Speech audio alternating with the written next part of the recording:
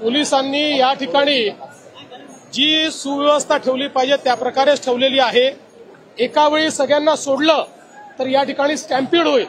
त्यामुळे आपण सगळ्यांनी समजून घेतलं पाहिजे की आपल्याला थोडे थोडे सोडावे लागतील, अन्यथा या ठिकाणी त्यांची सुरक्षा वारकऱ्यांची महत्वाची आहे। आणि सगळ्यात महत्वाचं आहे, आमचा वारकरी जो आहे तो अशा गोष्टीची पर्वा करत नाही।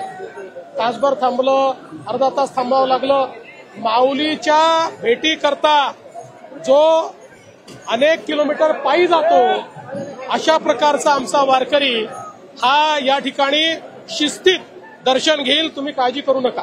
पोलिसांनी या ठिकाणी जी सुव्यवस्था ठेवली पाहिजे त्या प्रकारेच ठेवलेली आहे। एका वेळी सगळ्यांना सोडलं तर या ठिकाणी स्टॅम्पीड होईल। त्यामुळे आपण सगळ्यांनी समजून घेतलं पाहिजे की आपल्याला थोडे थोडे सोडावे लागतील, अन्यथा या ठिकाणी त्यांची सुरक्षा वारकऱ्यांची महत्वाची आहे। आणि सगळ्यात महत्वाचं आहे, आमचा वारकरी जो आहे तो अशा गोष्टीची पर्वा करत नाही।